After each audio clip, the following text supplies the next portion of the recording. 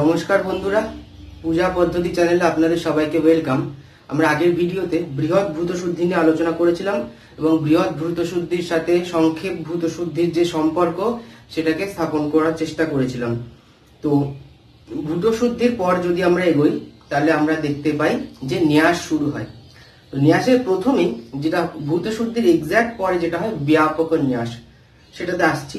আমি আগে ওই যেরকম তন্ত্র থেকে বলছিলাম ন্যাসের ইতিবৃত্তান্ত হিস্ট্রি সমস্ত কিছু সেগুলো বলে তারপর আমি লাস্টে অর্ডারটা সাজিয়ে দেবো। তো লাস্টে অর্ডারটা এরকমই যে ভূত শুদ্ধির পর ন্যাস এবং তারপরে ন্যাসই চলতে থাকবে, বিভিন্ন প্রকারের ন্যাস।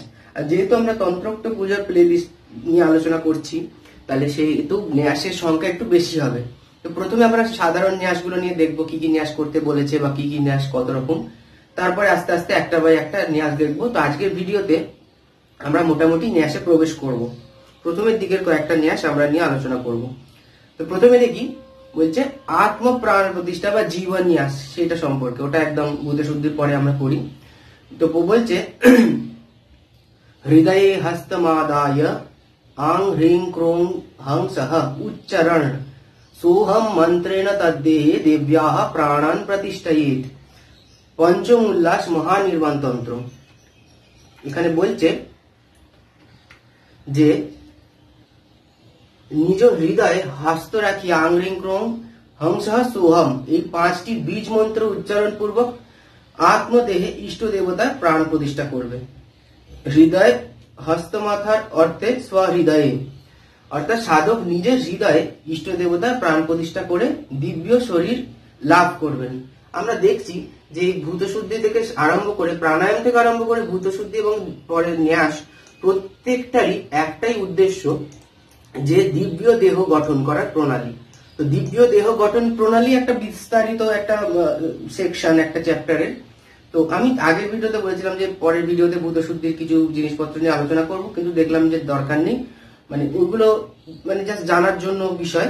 তো ওগুলো দরকার পড়লে আমরা পরে আলোচনা করব, যে এখন আমাদের এই পরপর এগোনোটা দরকার। তো প্রথমে যেটা বললাম, হ্যাঁ, এরপর বলছে প্রাণ প্রতিষ্ঠায় পশ্চাৎ জীবং দেহে নিয়োজয়ে। प्राण प्रतिष्ठा पश्चात जीवं देहे नियोजयेत्। मुख वृत्तं समुच्चार्य हंसन्तु विपरीतकं। उद्धरेत् परमेशानि विद्वयं त्र्याक्षरीमिता। प्राण प्रतिष्ठा मंत्रोऽयं सर्वकर्माणि साधयेत्। तेनैव विधिना देवी स्थिरीकुर्या निज तनु। तनु মানে দেহ আমরা জানি।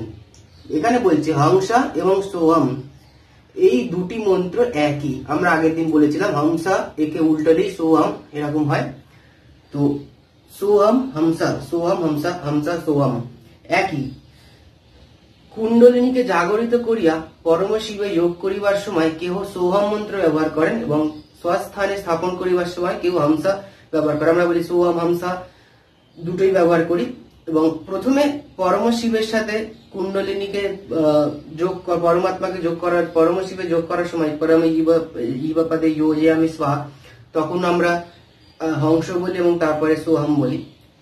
উল্টোটা, তখন আমরা সোহম বলি, তারপরে লাস্টে যখন স্বস্থানে স্থাপন করি।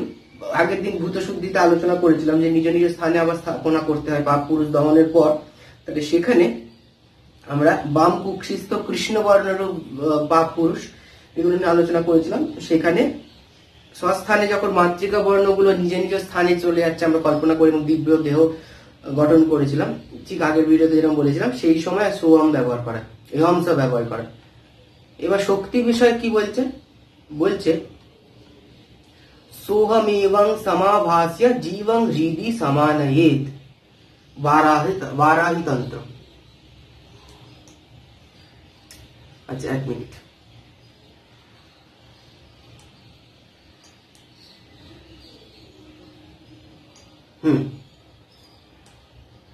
এরপর বলছে, মানে যেটা বললাম তার মানেটা হচ্ছে পরম শিবে সংযোজিত জীব পুরুষকে হৃদয়ে আনিয়া স্থাপন করিবার সময় সোহম মন্ত্র ব্যবহার করেন। হংস ইতি জীবাদিকং পরম শিবে সংযোজ্য সোহম ইতি মন্ত্রেণ স্वस्थाने नयेत। অর্থাৎ সোহম মন্ত্র উচ্চারণ করে আবার স্বস্থানে জিনিসটাকে নিয়ে যেতে হবে। যিনি গুরুদেবের নিকট যেভাবে উপাদিষ্ট তিনি তাহাই করিবেন, অর্থাৎ যার যার গুরু যেরকম নির্দেশ দেবে তার সে সেই রকমই করবে। শূদ্রে হংস মন্ত্র ব্যবহার করিবেন না, এর ইয়েতে বলছে শূদ্রতে বা শূদ্রদের হংস মন্ত্র ব্যবহার করা নিষিদ্ধ। বারাহি তন্ত্রে বলছে হংসাখ্যং না স্মরেত শূদ্র ভূত শুদ্ধ কদাচন স্মরন্না নরকং ইয়াতি দীক্ষা চ বিফলা ভবেত কৃত্বা তানৌ করো স্বাঙ্কে মূলাধারস্থ কুণ্ডলিম প্রসুপ্ত ভুজগাকারং সাধ্যত্রি বলয়াস্তিতম। অর্থাৎ বলছে শূদ্র যদি হংস উচ্চারণ করে তাহলে সেক্ষেত্রে দীক্ষা চ বিফলা ভাবে স্মরণা নরকং ইয়াতি নরকের জাতি, দীক্ষা চ বিফলা ভাবে অর্থাৎ দীক্ষা বিফলে যাবে, এটা বারাহি তন্ত্র বলছে। তারপরে কি বলছে পবন দহন যোগা স্বয়ংভূ লিঙ্গ বেষ্টিনিম হংসেন মনুনা দেবী কূর্চ বীজেন वा প্রিয়ে তং চৈতনাবতী কৃত্বা পৃথিব্যা স্মার্ধমানয়েত। পিচ্ছিলা তন্ত্রে বলছে দশম পটলে। এরপর প্রাণ প্রতিষ্ঠার মন্ত্র আমার চলে আসছে, অর্থাৎ আত্ম প্রাণ প্রতিষ্ঠা বা জীবন ন্যাস যেটাকে আমরা বলতে বলছে আং হ্রিং ক্রুং ইয়াং রং লং ওয়াং শং শং শং হোং হংস শ্রী শ্রী অমুক দেবতায়াহ প্রাণায় প্রাণ, আমরা জানি এটা প্রমাণ চতুষ্টয়। আং হ্রিং ক্রুং ইয়াং রং লং ওয়াং শং শং শং হোং হংস শ্রী শ্রী অমুক দেবতায় জীব স্থিতং আং হ্রিং ক্রুং ইয়াং রং লং ওয়াং শং শং শং হোং হংস শ্রী শ্রী অমুক দেবতায় সর্বেন্দ্রিয়াণি স্থিতানি। কেউ কেউ বলে সর্বেন্দ্রিয়াণি স্থিতানি, কেউ কেউ বলে সর্বেন্দ্রিয়াণি, শুধু সর্বেন্দ্রিয়াণি বললে ছেড়ে দেয়, কেউ কেউ বলে সর্বেন্দ্রিয়াণি স্থিতানি। চতুর্থতে বলছে আং হ্রিং ক্রুং ইয়াং রং লং ওয়াং শং শং শং হোং হংস শ্রী শ্রী অমুক দেবতায় ওয়াং মনশ্চক্ষুস্ত্রঘ্রাণ প্রাণ ইহগত্য সুখং চিরং তিষ্ঠন্তু স্বাহা। তাহলে এখানে আমাদের আত্ম প্রাণ প্রতিষ্ঠার যে বিধি শেষ হলো। বলছে পুং দেবতার বিষয় একটুখানি অন্যরকম, বলছে গৌতমীয় তন্ত্র সেটা বলছে প্রদীপ কলিকাকারং কুণ্ডলিন্যাং সমমতরম সুষুম্না বর্তমানা সোহম ইতি মন্ত্রেণ যোজয়েত। অর্থাৎ এখানে বলছে সোহম ইতি মন্ত্রেণ যোগ করতে, অর্থাৎ পুং দেবতার ক্ষেত্রে আমরা হংস মন্ত্র যোগ করে সোহম মন্ত্র সস্থানে নিয়ে এসেছিলাম, এখানে বলছে সোহম ইতি মন্ত্রেণ যোজয়েত, তার মানে সোহম মন্ত্রী যোজন করতে হবে। তারপরে বলছে শূদ্রে হংস মন্ত্র স্তরে নমঃ ব্যবহার করবে। তা শূদ্রকে তো বলা হলো যে হংস মন্ত্র ব্যবহার করবে না, তাহলে শূদ্র কি করবে সেই স্থানে? বলছে শূদ্ররা হংস মন্ত্রে নমঃ ব্যবহার করবেন। অর্থাৎ শূদ্রদের যেই যে মন্ত্র বা যেই যে বীজ উচ্চারণ নিষিদ্ধ সেই স্থানে তারা নম বলবে, সে যাই হোক না কেন। আচ্ছা, জীবং তেজময়ং ধ্যাত্বা নমো মন্ত্রেণ যোজয়েত শারদায়াং, নমো মন্ত্রে যোজন করবে শূদ্রদের ক্ষেত্রে। বলছে শ্যামা রহস্য কি বলছে সংহার ক্রমযোগেন পঞ্চতত্ত্বং সমুদ্ধরেত শোষদাহ নবান কৃত্বা বাগগ্নি সলিলাক্ষরৈ ততোন্যাসং প্রকুবীত ফিৎকারি তন্ত্র ঈরিতং। শ্যামা রহস্যে বলছে, শ্যামা রহস্য ধৃত।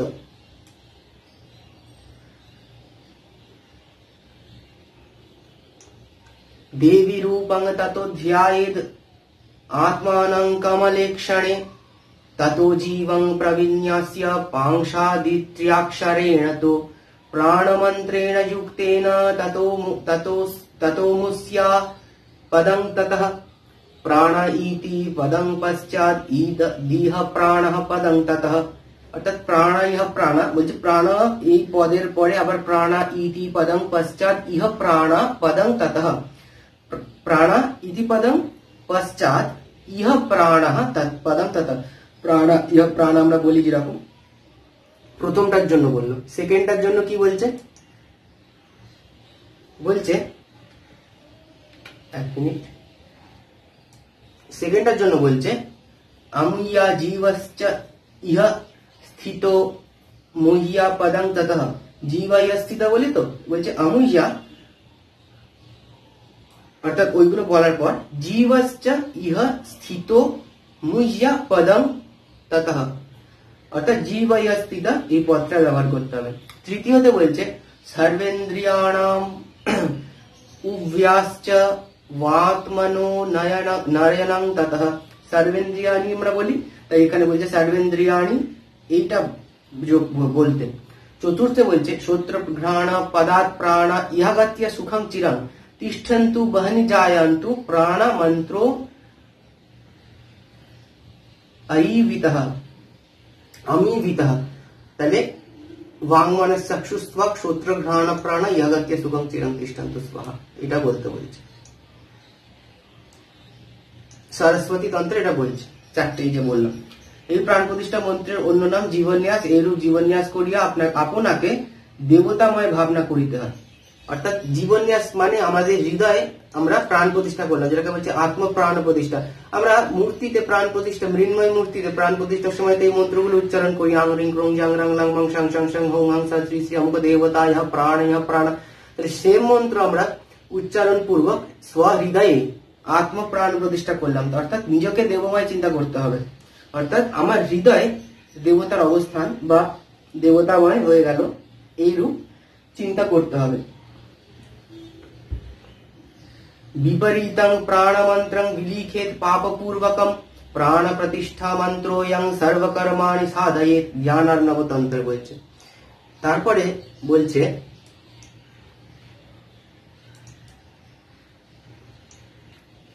अस्य मन्त्रस्यान्ते अमूया इत्यादि पदानि वोंव्यानि अमूय स्थाने सोध्य देवता षष्टान्त नाम प्रयोक्त्यं अमुकं पदं यद्रूपं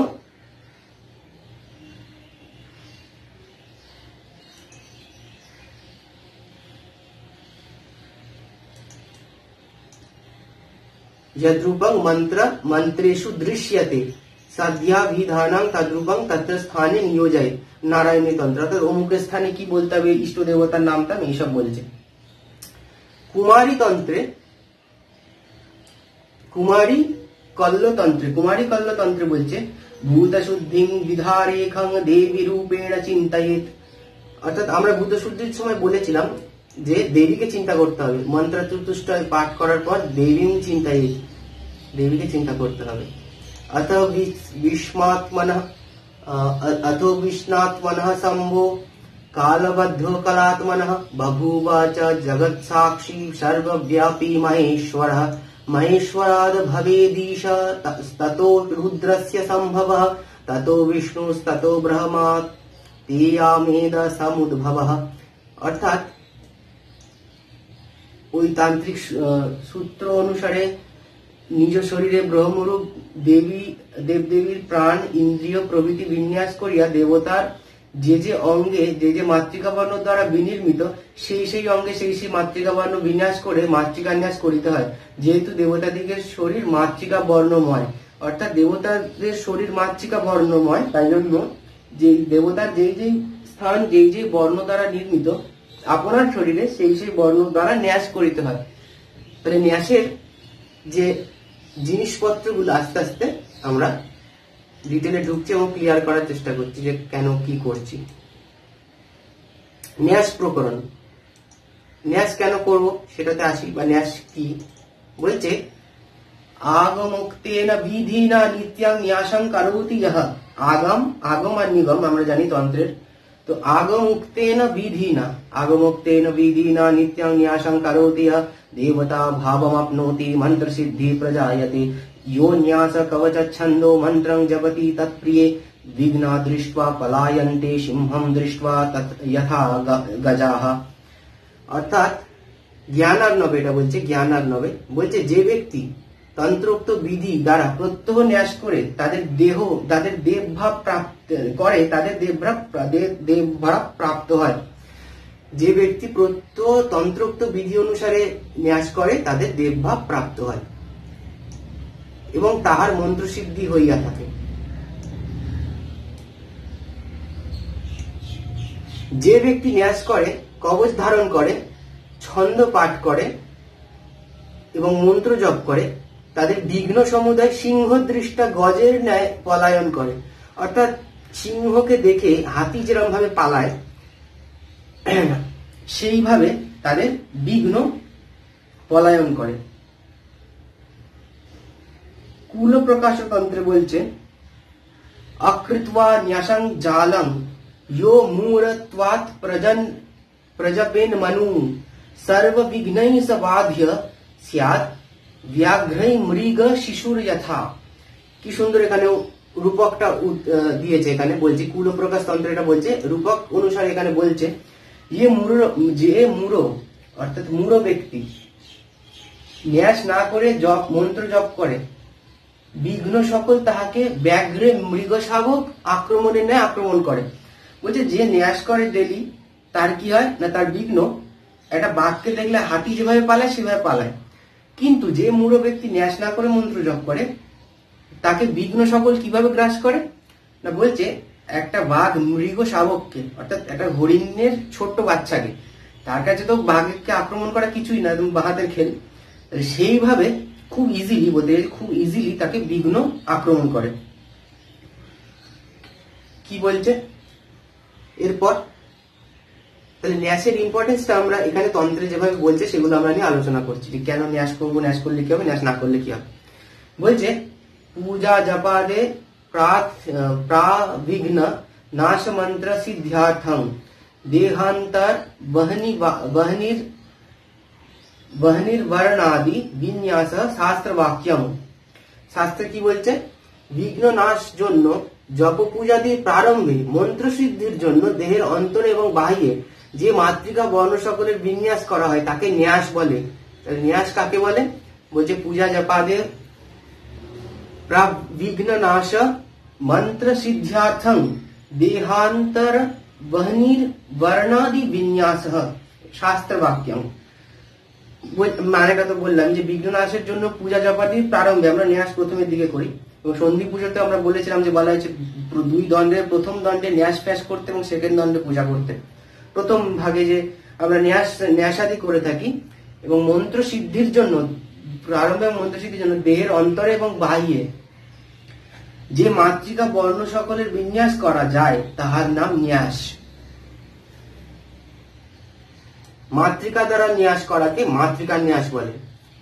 বলছে ন্যাস যে মাতৃকা বর্ণ, আচ্ছা ন্যাস অনেক প্রকার, তার মধ্যে জীবন ন্যাস, মাতৃকা ন্যাস, ঋষ্যাদি ন্যাস, করন্যাস, অঙ্গন্যাস, পীঠন্যাস, বর্ণন্যাস, তত্ত্বন্যাস, বীজন্যাস, ব্যাপক ন্যাস, সৌরান্যাসী সাধারণ, অর্থাৎ এগুলো সাধারণ এবং জেনারেল, এগুলো মেনলি করতে লাগে পুজোর ক্ষেত্রে। এই কয়েকটি ন্যাস প্রায় দেবতা মাতৃরই অর্চনাতে আবশ্যক হয়। যেটা বললাম যে এই যে ন্যাসের নামগুলো বললাম এগুলো মোটামুটি পুজো আচ্ছা সমস্ত দেবদেবীর ক্ষেত্রে লাগে, তবে কয়েকটা বাদে সোরান ন্যাসটা সেগুলো আবার এমনি পুজোর ক্ষেত্রে লাগে না, কয়েকটা স্পেশাল। এছাড়াও প্রচুর ন্যাস হয়। দেবতা বিষয়ে অধিকন্তু বিশেষ বিশেষ অনেক ন্যাস আছে। কিরকম, তদ্ভিন্ন দেবতা বিষয়ে বিশেষ বিশেষ অধিকন্তু ন্যাস আছে, বিশেষ বিশেষ ন্যাস। কিরকম, বিষ্ণু বিষয়ে কেশব কীর্তি, মূর্তি পঞ্জয়ে, ভূতি পঞ্জর, দশাঙ্গ ও পঞ্চাঙ্গ ন্যাস, তৎপন্যাস, এক মিনিট,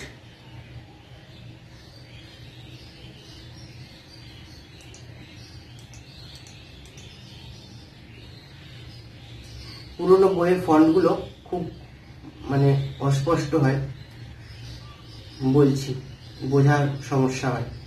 বলছে আচ্ছা তত্ত্ব চতুষ্কন্যাস, সপ্ত তত্ত্বন্যাস, সৃষ্টির ন্যাস, প্রয়োজন মানে এগুলো বিষ্ণু বিষয় প্রয়োজন। শিব বিষয় শ্রীকণ্ঠ ন্যাস, ঈশানাদি ন্যাস, পঞ্চমূর্তি ন্যাস, মন্ত্র ন্যাস, মূর্তি ন্যাস, গোলক ন্যাস, শুভগান্যাস ও ভূষণ ন্যাস প্রয়োজন। তারপরে বলছে শ্রীবিদ্যা বিষয়ে वशिन्यास, नवयोन्यात्मक न्यास, पंचदशी न्यास, षोडशी न्यास, संहार न्यास, स्थिति न्यास, सृष्टि न्यास, नाद न्यास, गणेश न्यास, ग्रह न्यास, नक्षत्र न्यास, योगिनी न्यास, এই সমস্ত লাগে। রাশি ন্যাস, ত্রিপুরা ন্যাস, সৌরাসন ন্যাস, সৌরা ন্যাস না কিন্তু সৌরাসন ন্যাস, নিত্যা, কোমরতি ন্যাস, প্রকট যোগিনী ন্যাস এবং আয়ুধ ন্যাস ইত্যাদি লাগে। আয়ুধ মানে অস্ত্র, আয়ুধ ন্যাস লাগে।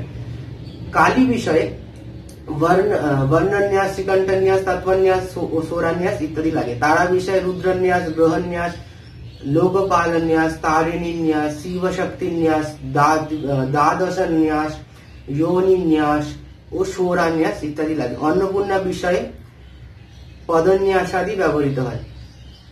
জগদ্ধাত্রী পূজার বিষয়ে শক্তিন্যাস প্রয়োজন হয়। শ্রী রামচন্দ্র বিষয়ে 50 কলান্যাস, ইন্দ্রিয় ও মূর্তি পঞ্জরণ ইত্যাদি ন্যাস প্রয়োজন হয়। ভুবনেশ্বরী বিষয়ে গায়ত্রী, ব্রহ্মাদি ন্যাস, মন্ত্র ন্যাস ইত্যাদি প্রয়োজন হয়। এই রূপে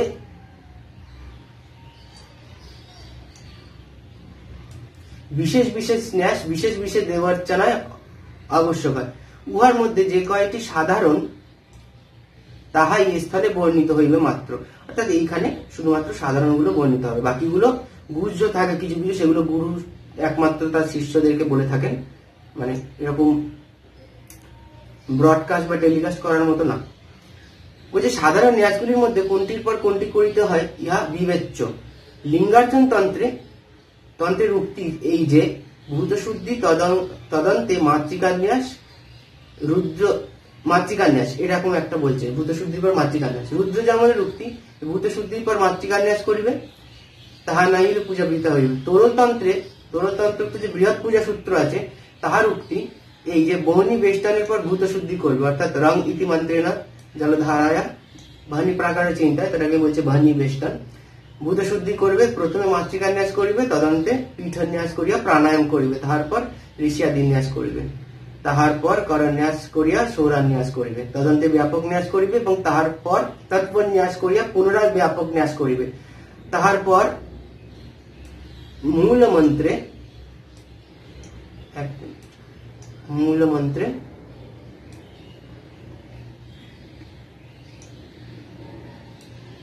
সপ্তবার ন্যাস করিয়া মানস পূজা করিবে।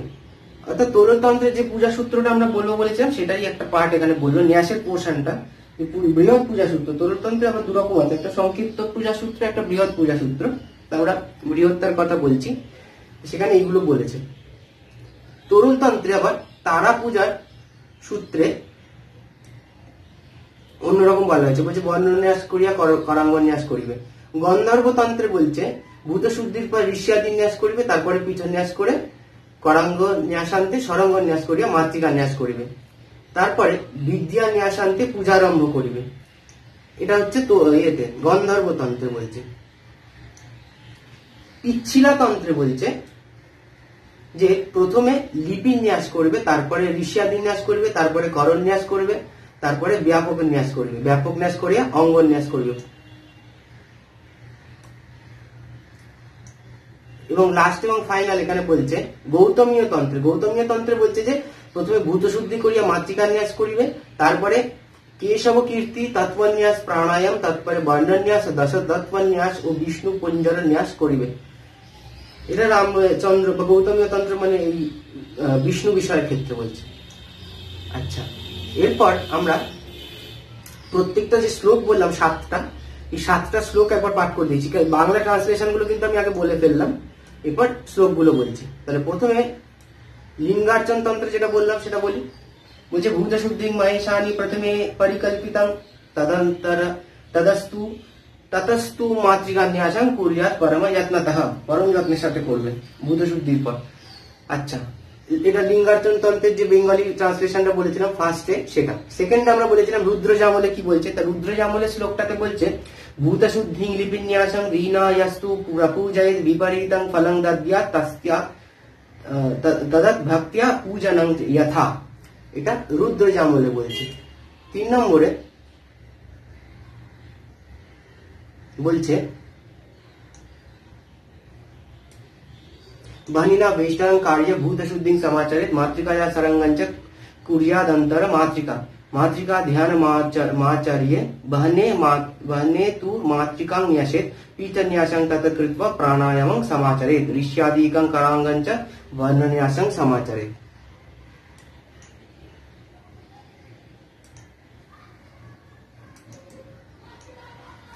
सोरन्यासं ततो देवी व्यापनं तदन्तरं एवं समाहितं मनः तत्त्वन्यासं समाचरेत् बीजन्यासं ततो देवी व्यापकं विन्यसेत् सुधि मूलेन सप्तधान्यासं मानसे प्रपूजयेत् विशेषार्घ्य पूजा पीठ पूजा पूर्व ध्यानम सनेत्रकम তরল তন্ত্রে যেটা বলছে বৃহৎ তরল তন্ত্রে। আবার পরে যেটা বলেছিলাম বলছে বর্ণ ন্যাসং তথা কৃত্বা করাঙ্গ ন্যাস সমাচারে, এটাও প্রথমে এটা তৃতীয় পটলে বলেছিল তরল তন্ত্রে, এটা চতুর্থ পটলে বলছে। লাস্টে গন্ধর্ব তন্ত্রে বলছে, লাস্টে না গন্ধর্ব তন্ত্রে বলছে ভূত শুদ্ধি ঋষি ন্যাসং পীত ন্যাসং তথৈব চ करादयो शरंगानि मातृकान्यास नियवच विद्यान्यासं महेशानि यैश्च देवमयो भवे एतदेह हि नित्यं स्यात् कामाख्यं च प्रकीर्तिता। गंधर्व तंत्रेर दशम पटल 6 নম্বর শ্লোক যেটা বলেছিলাম আমরা,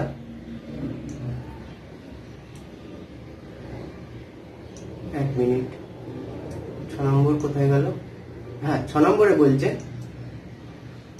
পিচ্ছিলা তন্ত্রে যেটা বলেছিলাম লিপি ঋষ্যাদি বিন্যাস মূলে নকর শোধনম কর ব্যাপক বিন্যাসং কৃত্বাঙ্গানি ন্যাসেৎ সুধি পিচ্ছিলা তন্ত্রে। এবং লাস্টে গৌতমীয় তন্ত্রে যেটা বলেছিলাম সেটা এখানে বলছে ভূত শুদ্ধির মাতৃকা চ কেশবাদ্য তথা চ সা তত্ত্বন্যাসং তথা কুর্যাৎ প্রাণায়াম ততঃ পরম वर्णन्यासं तथा कृत्वा दशतत्त्वं तथा चरेत् विष्णु पुंजर नमो निताक्तु क्रम संग्रह।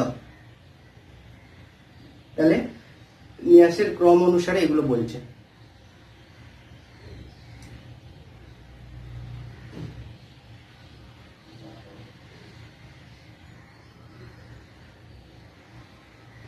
এরপর আসছি ন্যাসে।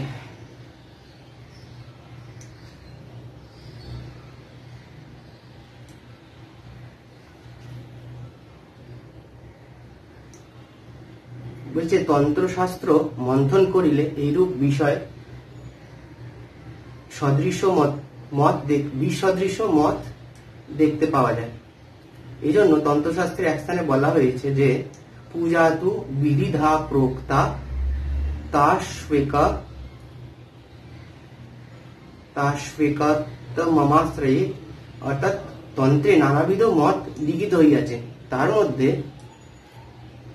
কোন এক তন্ত্রের মত অবলম্বন করিলেই চলিতে পারে, অথবা গুরু উপদিষ্ট মত অনুযায়ী কার্য করিলে আরো ভালো হয়। ভূতশুদ্ধির পরে যে মাতৃকা ন্যাস করিতে হয় তাহার আর সংশয় নেই, মানে ভূতশুদ্ধির পর মাতৃকা ন্যাস করতেই হয়। অতএব মাতৃকা ন্যাসান্তে অন্যান্য ন্যাস করবে। কিন্তু মনুষ্য অপেক্ষা গন্ধর্ব যোনি শ্রেষ্ঠ, সুতরাং মানুষের গন্ধর্ব যোনি শ্রেষ্ঠ, সুতরাং শ্রেষ্ঠ মত অনুযায়ী গন্ধর্ব তন্ত্রোক্ত ন্যাস প্রকরণী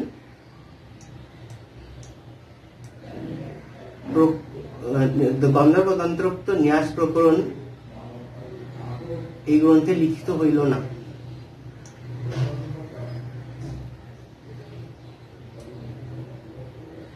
আচ্ছা, ন্যাস সম্পর্কে তন্ত্রে প্রচুর আছে, তার মধ্যে সত্যি অনেক আছে। ন্যাস একটা বড় চ্যাপ্টার, যেরকম ভূতশুদ্ধি একটা বড় চ্যাপ্টার, সেরকম ন্যাস একটা বিরাট বড় চ্যাপ্টার। মাতৃকা ন্যাসের শুরুতে আমরা দেখি কি বলছে, জ্ঞানার্ণব তন্ত্র এটা বলছে মাতৃকাং শ্রীণু দেবেশি ন্যাসেত পাপ নিকৃস্তনিম ঋষির ব্রহ্মান্তু মন্ত্রস্য গায়ত্রী ছন্দ উচ্যতে देवता मातृका देवी बीजं व्यंजनम उच्यते शक्तयन्तु स्मरा देवी सरंगन्या समाचरेत। জ্ঞানার্ণব তন্ত্র এটা বলছে। এই মিনিংটা আমরা দেখে নিচ্ছি। বলছে আর একটা বলছে अकारेण समं कादि वर्गश्च प्रथम स्मृतः तैश्चंद्र बिंदु शक्त्यै तत्रस्थै रक्ष रैश्चित आकारञ्च ततोच्चार्य अंगुष्ठाभ्यं नमस्तथा प्रथमं मात्रिका वर्ण अंगुष्ठ द्वय ततोन्यसेत्।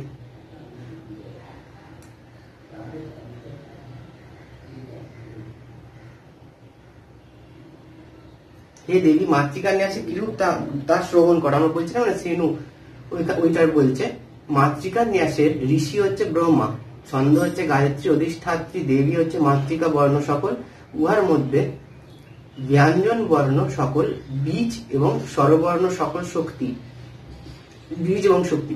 তাহলে কি বললো, ব্যঞ্জন বর্ণগুলো হচ্ছে বীজ আর স্বরবর্ণগুলো হচ্ছে শক্তি। এই সকল বর্ণ দ্বারা স্বরঙ্গ ন্যাস করিবে। প্রথমে মাতৃকা ন্যাসের ধ্যান করে ঋষ্যাদি ওইগুলো করতে হয়, তারপরে মাতৃকা ন্যাসেরই করাঙ্গ ন্যাস করতে হয়। আমরা যেটা বলি গং খং গং গং ওয়াং আং অঙ্গুষ্ঠাভ্যাম নমঃ, ওইটার কথা বলছে। আর মাতৃকা ন্যাসের ঋষ্যাদি কোনটা, मातृका मंत्र ब्रह्म ऋषि गायत्री छंद मातृका सरस्वती देवतानु बीजानि स्वराशक्ते अव्याक्त क्रीडकम मातृका न्यासे विनियोग, ওইটার কথা বলছে। এবার মাতৃকা ন্যাসের প্রকার ভেদের কথা বলছে। মাতৃকা ন্যাস 4 প্রকারের হয় বলছে। গৌতমীয় তন্ত্রে चतुर्धा मातृका प्रोक्ता केवला बिंदु संयुता सविसर्गा शोभया च रहस्यं श्रेणु कथ्यते विद्याकरी केवला च शोभया भक्तिदायिनी पुत्र सविसर्गा तु सबिंदु वित्तदायिनी। অর্থাৎ 4 প্রকার যে মাতৃকা ন্যাস তার কোনটার কি ফলদায়ক সেটা বলছে। বলছে মাতৃকা ন্যাস চতুর্বিধ, কেবল শুধু মাতৃকা ন্যাস, শুধু মাতৃকা দ্বারা ন্যাস, বিন্দু সংযুক্ত, সবিসর্গ ও উভয় সংযুক্ত, অর্থাৎ বিন্দু এবং বিসর্গ একসাথে সংযুক্ত। তন্মধ্যে কেবল মাতৃকা বিদ্যাকার অর্থাৎ বিদ্যাদায়, উভয় সংযুক্ত হলে সেটা ভক্তিদায়িকা। আর সবিসর্গ হচ্ছে পুত্রপ্রদা এবং সবিন্দু হচ্ছে বিত্তপ্রদায়িনী। তাহলে বিত্ত, পুত্র, বিদ্যা এবং ভক্তি 4 রকমের। তাহলে আমরা যেটা করি অং নম কং নম আং নম ইং নম এরকম ভাবে ওটাতে বিন্দু যোগ করি, আমরা তো এরকম করি না। ওং বিসর্গটাতে আমরা যোগ করি না, কহ নম খহ নম এরকম তো বলি না, আমরা বিন্দুটাকে নিই। সবিন্দু বিত্তদায়িনী পুনঃ আবার বলা হয়েছে মাতৃকা দ্বিবিধা, অর্থাৎ মাতৃকা 2 রকম। গৌতমীয় তন্ত্রেই বলা হয়েছে আর রকম। বলছে मातृका द्विविधा प्रोक्ता परा चप्य परा तथा सुषुम्नान्तः पराग्नेय अपरा बाह्य देशके, অর্থাৎ একটা বাহ্য একটা অন্তর্বাহ্য, একটা বাহ্য একটা অন্তর, এই 2 রকমের কথা বলছে। পরান্যাস অপরান্যাস, সুষুম্নার অভ্যন্তরের ন্যাসের নাম পরান্যাস এবং বাহ্য ন্যাসের নাম অপরান্যাস, অর্থাৎ অন্তর্মাতৃকা ন্যাস। যেটা বললাম বাহ্য মাতৃকা ন্যাস আর অন্তর্মাতৃকা ন্যাস, সেটা হচ্ছে 2 রকম।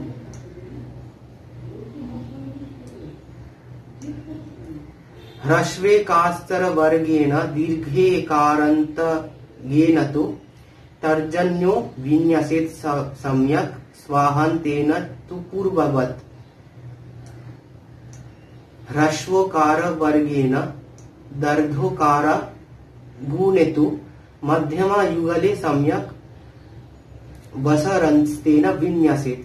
ईकारादि तवर्गेण ऐकारान्तेन हुं मनो न्यासेद् अनामिकां युग्मे नियंतन्तर भैरव। उकारादि पवर्गन्तु औकारान्तु नसेत् ततः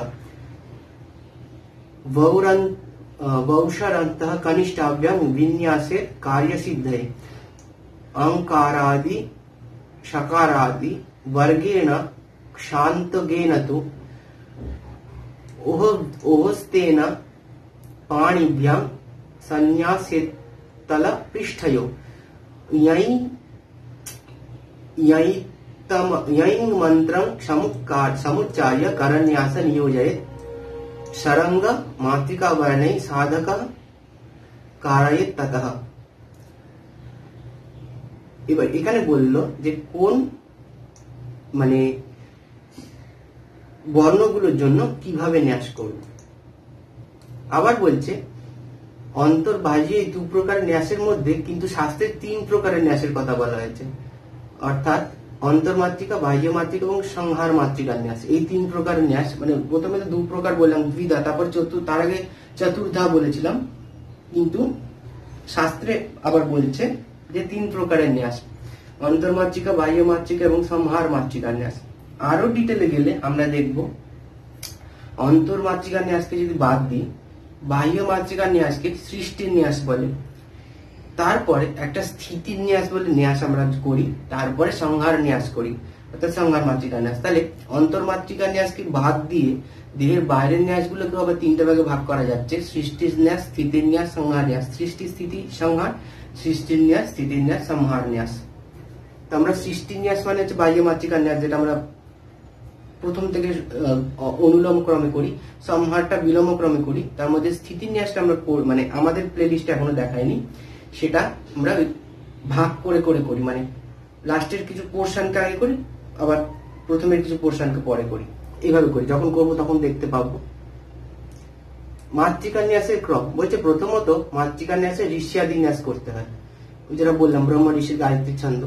তারপরে মাতৃকা মন্ত্রের করাঙ্গ করতে হয়, অং কং খং গং ঘং ওয়াং আঙ্গুষ্ঠাভ্যাম নমঃ, এই করে করাঙ্গ ন্যাস করতে হয়। প্রথমে করণ ন্যাস, তারপর অঙ্গ ন্যাস, তারপরে মাতৃকার ধ্যান করে শেষে মাতৃকার ন্যাস করতে হয়। তাহলে এইটা হচ্ছে অর্ডার। তাহলে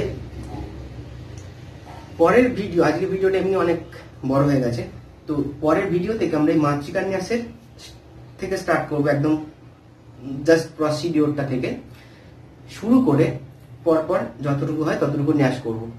মানে মাতৃকার ন্যাসের ইতিবৃত্তান্তগুলো আজকে আলোচনা করলাম, এবং ডাইরেক্ট মাতৃকার ন্যাসে ঢুকবো পরের ভিডিও থেকে।